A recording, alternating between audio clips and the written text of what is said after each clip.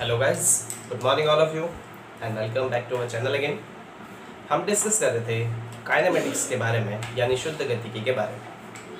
देखिए, kinematics physics की वो ब्रांच है जिसमें हम किसी भी ऑब्जेक्ट के मोशन की स्टडी करते हैं, उसकी गति का अध्ययन करते हैं, लेकिन ये जानने का प्रयास नहीं करते हैं कि मोशन क्यों हो रहा है, उसके पीछे क्या कारण हो सकते हैं। अब आपकी फिजिक्स का जो तीसरा और चौथा चैप्टर है, मोशन इन स्ट्रेट लाइन और मोशन इन प्लेन, सरल रेखा में गति और समतल में गति, ये दोनों ही चैप्टर काइनेमेटिक्स के ही पोर्शन हैं, शुद्ध गतिकी के पोर्शन हैं। तो हम इन दोनों चैप्टर को साथ में डील करेंगे, अलग अलग नहीं पढ़ेंगे, दोनों चैप्टर को साथ में डील करेंगे काइनेमेटिक्स के अंदर ही। एक भी टॉपिक इसका छोड़ेंगे नहीं, इवन इससे ज़्यादा ही हम कुछ पढ़ेंगे। लास्ट क्लास में हमने इंट्रोडक्शन पोर्शन देखा था, उसमें हमने ये डील किया था कि किसी भी ऑब्जेक्ट के मोशन की स्टडी के लिए, उसकी गति के अध्ययन के लिए हमें फ्रेम ऑफ रेफरेंस की आवश्यकता होती है। उस फ्रेम ऑफ रेफरेंस के दो पार्ट होते हैं, एक तो ऑब्जर्वर होता है और एक कोऑर्डिनेशन सिस्टम होता है, कोऑर्डिनेट सिस्टम से हम कहते हैं। और मेनली हम जो कोऑर्डिनेट सिस्टम यहाँ पे यूज़ करते हैं वो होता है कार्टेशियन कोऑर्डिनेट सिस्टम, यानी कार्तीय निर्देश तंत्र। इसके अलावा भी कोऑर्डिनेट सिस्टम बहुत प्रकार के हो सकते हैं, लेकिन हम मेनली यहाँ पे कार्टेशियन कोऑर्डिनेट सिस्टम ही यूज़ करते हैं। तो चलिए शुरू करते हैं आज का सेशन काइनेमेटिक्स का। हम बेसिकली आज पढ़ने वाले हैं classification of physical quantities. Classification of physical quantities. देखिए, आपको ये बिल्कुल चिंता करने की आवश्यकता ही नहीं है कि सर हमारा तीसरा चैप्टर या चौथा चैप्टर, मैं आपको यहाँ पे जो कुछ पढ़ाऊँगा वो आपके सिलेबस में ही होगा, इवन सिलेबस से कुछ एक्स्ट्रा ही आपको यहाँ पे मिलेगा। तो आपको ये चिंता करने की आवश्यकता बिल्कुल नहीं है कि सर हमारा सिलेबस जो है वो स्टार्ट से एंड तक नहीं जा रहा है, एंड से स्टार्ट तक नहीं जा रहा है। ये आपका हेडेक नहीं है, ये मेरा लुकआउट है। बस आप तो वो सीखिए जो मैं आपको सिखाता हूँ, ठीक है। तो क्लासिफिकेशन ऑफ फिजिकल क्वान्टिटीज़ यानी भौतिक राशियों का अगर हम क्लासिफाई करें, उनको विभाजित करें, तो हमने बेसिकली क्या पढ़ा है कि भौतिक राशियाँ दो प्रकार की होती है। एक तो मूल भौतिक राशि होती है और एक व्युत्पन्न भौतिक राशि होती है, जो इससे पहले वाले चैप्टर में हमने डील किया है। मूल भौतिक राशियाँ हमने 7 प्रकार की पढ़ी है एसआई सिस्टम में, और व्युत्पन्न राशियाँ जो मूल राशियों से मिलकर बनी होती है उन्हें व्युत्पन्न राशियाँ कहते हैं। इन सभी के बारे में हम पढ़ चुके हैं। हमने लास्ट चैप्टर में ये भी डिस्कस किया था कि किसी भी फिजिकल क्वांटिटी को हम किस प्रकार से रिप्रेजेंट करते हैं। किसी भी फिजिकल क्वांटिटी को रिप्रेजेंट किया जाता है Q is equal to M into U, यानी क्वांटिटी इज इक्वल टू होती है न्यूमेरिकल वैल्यू इंटू मात्रक, है ना। ये तो होता है उसका आंकिक मान, और आंकिक मान को हम उसका परिमाण कहते हैं। क्या कहते हैं?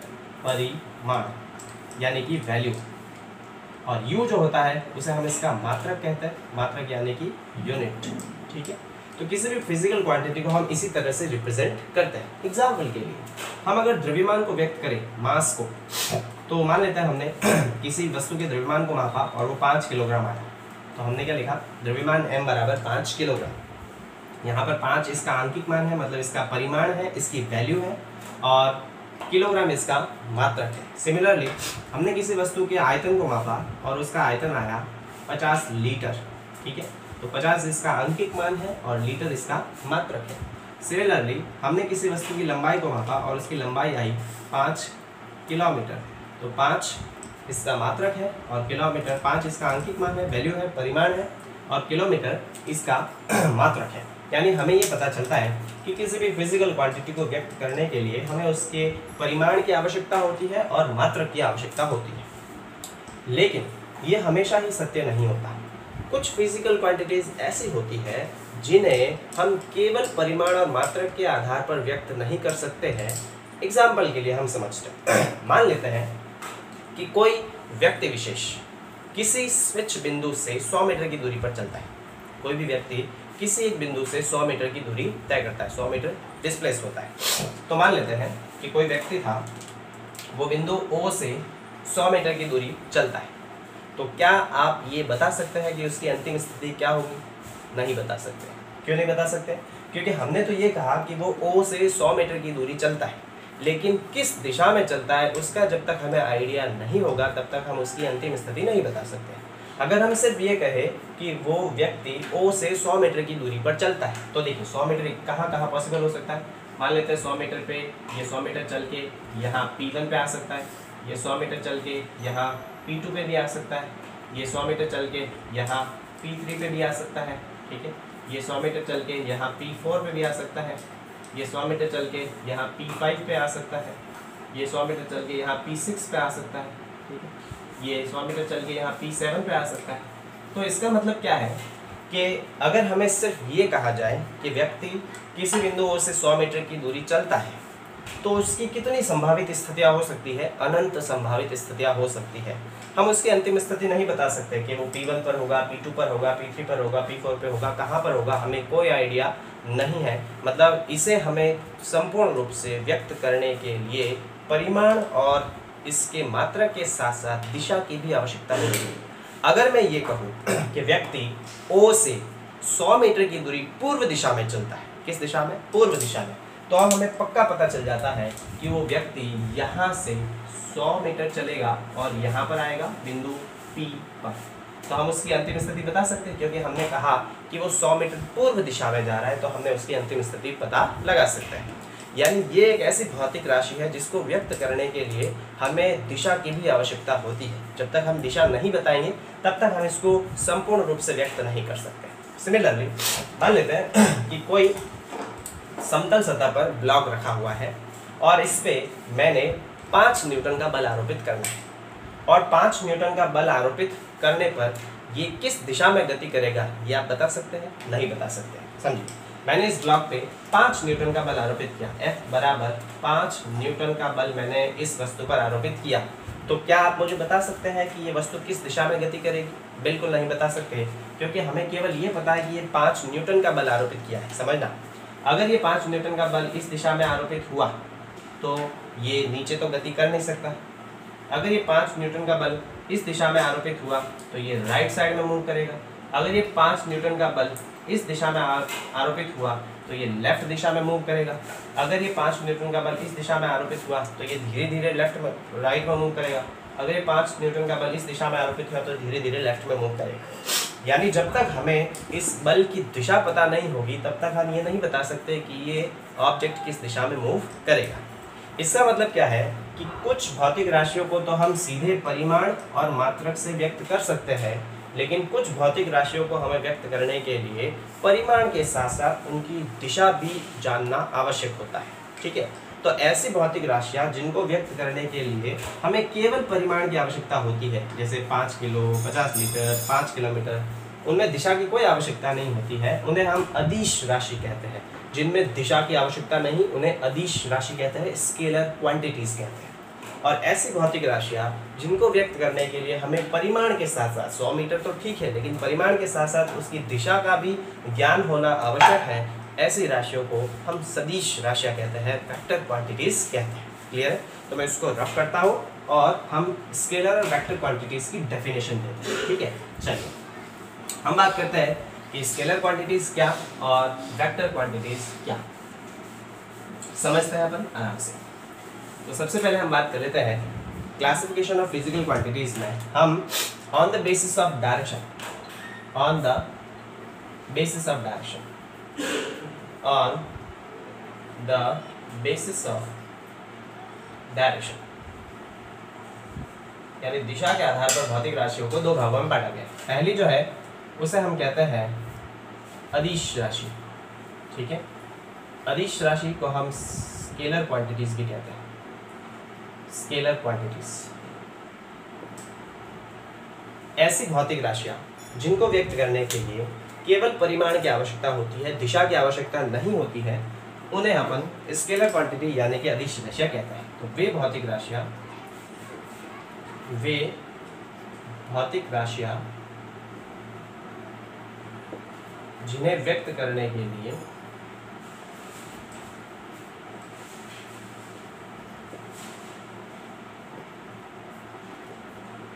केवल परिमाण एवं मात्रक की आवश्यकता होती है, परिमाण एवं मात्रक की आवश्यकता होती है,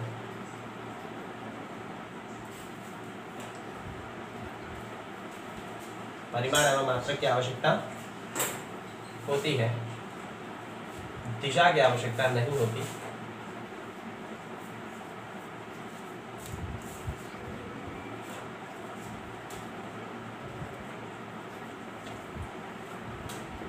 उन्हें अदिश भौतिक राशि कहते हैं या उन्हें अदिश राशियां कहते हैं। ठीक है, अब इसकी एग्जांपल में आपने देखा था, जैसे हम किसी ऑब्जेक्ट के द्रव्यमान को मापें तो द्रव्यमान के लिए हमें दिशा की आवश्यकता नहीं होती, हम सीधे जाके ये कह सकते हैं कि 5 किलोग्राम शक्कर दें। ये कहने की आवश्यकता नहीं है कि 5 किलोग्राम शक्कर दीजिए उत्तर दिशा में, है ना। तो द्रव्यमान जो है वो एक अदिश राशि है। इसी तरह आयतन जो है वो भी एक अदिश राशि है, लंबाई जो है वो भी एक अदिश राशि है, कार्य जो है वो भी एक अदिश राशि है, ऊर्जा जो है वो भी एक अदिश राशि है। तो ये सारी की सारी राशियाँ ऐसी हैं जिनको व्यक्त करने के लिए हमें दिशा की आवश्यकता नहीं होती है। ठीक है, इन राशियों को अपन अदिश राशि कहते हैं, स्केलर क्वांटिटीज कहते हैं। इंपॉर्टेंट मैं यहाँ पे बात बता देता हूँ कि जितनी भी अदिश राशियाँ होती हैं उन अदिश राशियों को सीधे तौर पे जोड़ा या घटाया जा सकता है, गुणा या भाग किया जा सकता है। ठीक है, तो अदिश राशियों को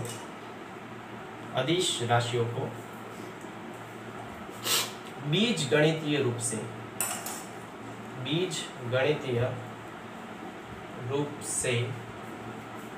जोड़ा, घटाया, गुणा व भाग किया जा सकता है, ठीक है। जैसे अपन ये कहें कि 5 किलोग्राम शक्कर में अगर 2 किलोग्राम शक्कर जोड़े तो सीधे 7 किलोग्राम आएगी। ऑब्वियस सी बात है, हम इसको सीधे जोड़ सकते हैं। अगर हम 50 लीटर ऑयल में से 10 लीटर ऑयल माइनस करें तो सीधे 40 लीटर ऑयल बचेगा। तो इसको डायरेक्ट जोड़ा या गुणा घटाया जा सकता है, गुणा या भाग किया जा सकता है बीज गणितीय रूप से। किस रूप से? बीज गणितीय। जैसे हम संख्याओं को सीधे जोड़ते, घटाते, गुणा और भाग करते हैं, वैसे इन राशियों को भी जोड़ा, घटाया, गुणा और भाग किया जा सकता है। तो ऐसी राशियों को हम अदिश राशियाँ कहते हैं, यानी कि स्केलर क्वांटिटीज कहते हैं। ठीक है, अब हम बात कर लेते हैं वेक्टर क्वांटिटीज की, यानी कि सदिश राशियों की। तो इसको रफ कर देते हैं, हम सदिश राशियों के डेफिनेशन को देखते हैं। चलिए,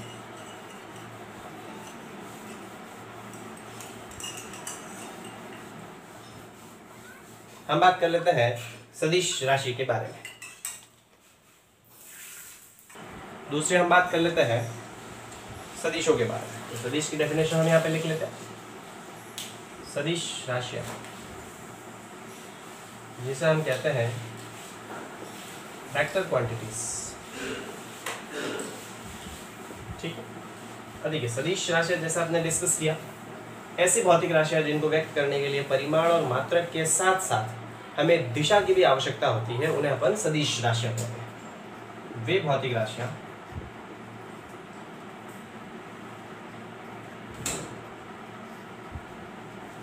जिन्हें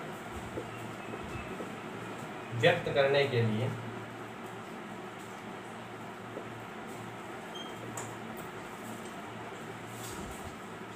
परिमाण एवं मात्रक के साथ साथ, परिमाण का मतलब होता है वैल्यू यानी मान, अंकित मान कह सकते हैं। परिमाण एवं मात्रक के साथ साथ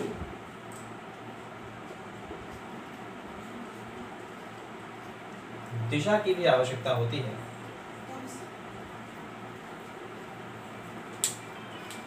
दिशा की भी आवश्यकता होती है।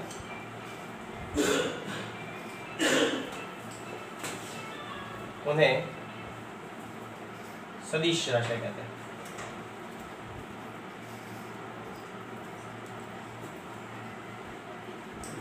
ठीक है, यानी ऐसी भौतिक राशियां जिन्हें व्यक्त करने के लिए परिमाण और मात्रा के साथ साथ दिशा की भी आवश्यकता, उन्हें सदिश राशि कहते हैं। एग्जाम्पल के तौर पे हमने बात करी थी, जैसे विस्थापन एक सदिश राशि है। ठीक है, विस्थापन अगर हम जानना चाहें तो हमें उसकी दिशा भी आवश्यक रूप से जाननी पड़ेगी। वेग एक सदिश राशि है, त्वरण एक सदिश राशि है, संवेग एक सदिश राशि है। तो ये ऐसी राशियां हैं जिनको व्यक्त करने के लिए हमें इनके परिमाण के साथ साथ मात्रा के साथ साथ दिशा की भी आवश्यकता होती है। जैसे हमने डिस्कस किया था बल के बारे में भी, तो बल भी एक सदिश राशि है। क्लियर? अब इंपॉर्टेंट फैक्ट यहाँ पे भी मैं डिस्कस कर लेता हूँ।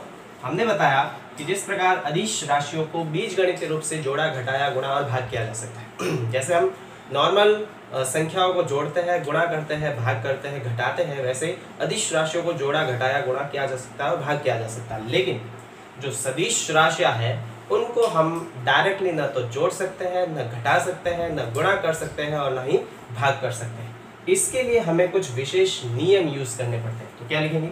सदिश राशियों को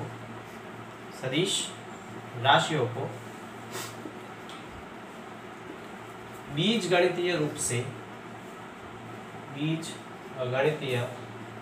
से जोड़ा, घटाया, गुणा व भाग नहीं किया जा सकता। गुणा एवं भाग नहीं किया जा सकता। इंपॉर्टेंटली नहीं किया जा सकता, नहीं किया जा सकता। इनको जोड़ने के लिए, गुणा करने के लिए, घटाने के लिए और भाग करने के लिए कुछ विशेष नियम होते हैं जिन्हें हम सदिशों के नियम कहते हैं, जिसके बारे में हम आगे और डिस्कस करेंगे। एग्जाम्पल के लिए अगर हमें ये कहा जाए कि 5 न्यूटन और 5 न्यूटन को जोड़ना है तो कितना आएगा? अगर हम ये कहें 10 न्यूटन तो ये आंसर गलत है, सही नहीं है, क्योंकि हमें इस 5 न्यूटन बल की दिशा पता नहीं और इस 5 न्यूटन बल की दिशा भी पता नहीं है, तो हम सीधे तौर पे नहीं कह सकते कि इनको जोड़ने पर 10 न्यूटन ही आएगा। आ भी सकता है, नहीं भी आ सकता है। जब तक हमें इसकी दिशा पता नहीं होगी इन दोनों बलों की, तब तक हम ये नहीं कह सकते कि इनको जोड़ने पर 10 न्यूटन ही आएगा। तो हम इनको सीधे तौर पे ना तो जोड़ सकते हैं, ना घटा सकते हैं, ना गुणा कर सकते हैं और ना ही भाग कर सकते हैं। ऐसी राशियों को हम सदिश राशियाँ कहते हैं। ठीक है गाइस, तो इसका भी स्क्रीनशॉट ले लीजिए। अब हम बात कर लेते हैं कि सदिश राशियाँ भी कितने प्रकार की होती है, तो इसको रफ कर देते हैं। हम बात करते हैं मेनली जो वेक्टर क्वांटिटीज होती है, सदिश राशियाँ होती है, वो 2 प्रकार की होती है। उसके बाद हम इसमें और क्लासिफिकेशन पढ़ेंगे। तो देखिए, मेनली अगर हम डिस्कस करें सदिश राशियों को, तो सदिश राशियाँ या सदिश 2 ही प्रकार के होते हैं। एक तो होती है ध्रुवीय सदिश, जिसे हम कहते हैं पोलर वेक्टर। ठीक है। और दूसरी जो सदिश राशि होती है वो होती है अक्षीय सदिश, यानी कि एक्सियल वेक्टर।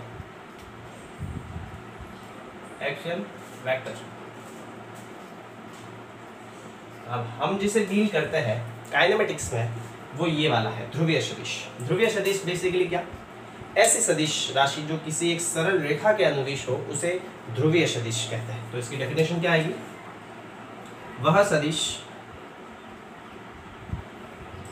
जो किसी सरल रेखा के अनुदिश हो, वह सदिश जो किसी सरल रेखा के अनुदिश हो, उसे ध्रुवीय सदिश कहते हैं। वह सदिश जो किसी सरल रेखा के अनुदिश हो, उसे ध्रुवीय सदिश कहते हैं। ठीक है। ऐसे सदिश राशि जो किसी एक सरल रेखा के अनुदिश हो, जिसे हम सरल रेखा द्वारा व्यक्त कर सकते हैं। जैसे हमने बात करी थी बल की, ठीक है, तो हम बल को किस प्रकार से रिप्रेजेंट करते हैं? हम बल को एक सरल रेखा द्वारा व्यक्त करते हैं। जैसे किसी वस्तु में बल लगाना है तो हम बल को इस प्रकार से व्यक्त करते हैं, तीर द्वारा व्यक्त करते हैं। ठीक है। और इसके ऊपर उसका परिमाण लिख देते हैं। जैसे 5 न्यूटन का मैंने एक बल बनाया तो इसको हम एक सरल रेखा के अनुदिश मानते हैं। ठीक है। इसी प्रकार से संवेग जो है वो भी ध्रुवीय सदिश होता है। ये जितनी सदिश राशियाँ जो किसी सरल रेखा के अनुदिश होती है, एक सरल रेखा के द्वारा उनको व्यक्त किया जा सकता है, उन्हें हम ध्रुवीय सदिश कहते हैं। एग्जाम्पल के तौर पे इसमें कौन कौन सी राशि आती है? जैसे बल है तो बल को हम सरल रेखा के द्वारा व्यक्त करते हैं। संवेग है तो संवेग को भी हम सरल रेखा के द्वारा ही व्यक्त करते हैं। ठीक है। विस्थापन है, विस्थापन को भी हम एक सरल रेखा के द्वारा ही व्यक्त करते हैं। तो ये जितनी सदिश राशियाँ हैं, इनको हम एक सरल रेखा के द्वारा व्यक्त कर सकते हैं, एक तीर द्वारा व्यक्त कर सकते हैं। अब इस तीर को हम इस प्रकार से व्यक्त करते हैं। देखिए, इस तीर में ये वाला जो बिंदु है, इसे हम इसका प्रारंभिक बिंदु कहते हैं, या इसे हम इसकी पूंछ कहते हैं। क्या कहते हैं? पूंछ। और ये जो है, इससे हम इसका शीर्ष कहते हैं। क्या कहते हैं? शीर्ष। तो जो भी सदिश राशि इस तीर द्वारा व्यक्त हो सकती है, उसे हम ध्रुवीय सदिश कहते हैं। एग्जाम्पल के तौर पे बल को जब अपन व्यक्त करते हैं तो इसी तीर द्वारा व्यक्त करते हैं। संवेग को, विस्थापन को, जो भी राशि सरल रेखा द्वारा व्यक्त होती है, उन्हें हम ध्रुवीय सदिश कहते हैं। क्लियर है? ये हम ध्रुवीय सदिश के बारे में डिस्कस करेंगे। काइनेमेटिक्स में इस पूरे चैप्टर में, तीसरे और चौथे चैप्टर में, हम इसी सदिश का यूज करेंगे, ध्रुवीय सदिश का। ठीक। दूसरा जो हम सदिश बात करते हैं वो होता है अक्षीय सदिश। अक्षीय सदिश बेसिकली क्या होता है? वह सदिश राशि जो किसी अक्ष के अनुदिश घूर्णन से संबंधित होती है, उसे अक्षीय सदिश कहते हैं। वह सदिश जो किसी अक्ष के सापेक्ष घूर्णन से संबंधित हो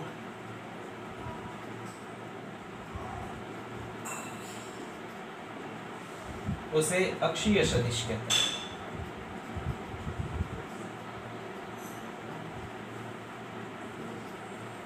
ठीक है, ऐसी सदिश राशि जो किसी अक्ष के अनुदिश अक्ष के सापेक्ष घूर्णन से संबंधित होती है। जैसे हम बात करें एग्जाम्पल के तौर पे बलाघूर्ण की, जब भी कोई ऑब्जेक्ट घूमता है, अगर कोई ऑब्जेक्ट मोशन में है, सरल रेखा में गति करता है, तो उसके लिए बल रिस्पॉन्सिबल होता है। अगर किसी टेबल पे कोई बुक रखी है और उसको मुझे मोशन में लाना है, गति में लाना है, तो मैं उस पर बल लगाता हूँ, यानी गति के लिए हमेशा बल रिस्पॉन्सिबल होता है। लेकिन अगर किसी ऑब्जेक्ट को मुझे घुमाना होता है, उसे रोटेट करना होता है, तो हम बल की जगह बलाघूर्ण लगाते हैं। ठीक है, ये अपन आगे वाले चैप्टर में डिस्कस करेंगे। जैसे बलाघूर्ण है, कोणीय वेग है, ये जो भी राशियाँ होती हैं ये घूर्णन के लिए रिस्पॉन्सिबल होती है और इन्हें हम सरल रेखा द्वारा व्यक्त नहीं करते हैं। ये हमेशा किसी अक्ष के सापेक्ष घूर्णन से संबंधित होती है, इन्हें अपन अक्षीय सदिश कहते हैं। हम इसके बारे में आगे वाले चैप्टर्स में डिस्कस करेंगे। काइनेमेटिक्स में हम अक्षीय सदिशों को नहीं पढ़ते हैं, काइनेमेटिक्स में हम ध्रुवीय सदिशों के बारे में स्टडी करते हैं। Clear guys? तो ये मेनली सदिश जो है वो दो भागों में हम डिस्कस करेंगे। चलिए, तो आज के लेक्चर में इतना ही। हमने बेसिकली डिस्कस किया कि भौतिक राशियाँ कितने प्रकार की होती है, अदिश राशि क्या, सदिश राशि क्या, और सदिश राशि बेसिकली कितने प्रकार की होती है। इससे अगले वाले वीडियो लेक्चर में हम ये डिस्कस करेंगे कि किसी भी सदिश राशि का रिप्रेजेंटेशन किस प्रकार से किया जाता है, उसे किस प्रकार से निरूपित किया जाता है, और सदिश राशियाँ जो अक्षीय सदिश हम पढ़ने वाले हैं, ध्रुवीय सदिश, ये ध्रुवीय सदिश भी बेसिकली कितने प्रकार के होते हैं। और जैसा हमने डिस्कस किया कि सदिशों को न तो डायरेक्टली जोड़ा जा सकता है, न घटाया जा सकता है, न गुणा किया जा सकता है, न भाग किया जा सकता है। इनको जोड़ने, घटाने, गुणा करने और भाग करने के कुछ स्पेशल नियम होते हैं। उन नियमों को भी हम हमारे अगले वाले वीडियो लेक्चर्स में पढ़ते जाएंगे। तो मिलता है गाइस अगले वीडियो में नए टॉपिक के साथ। Thank you so much.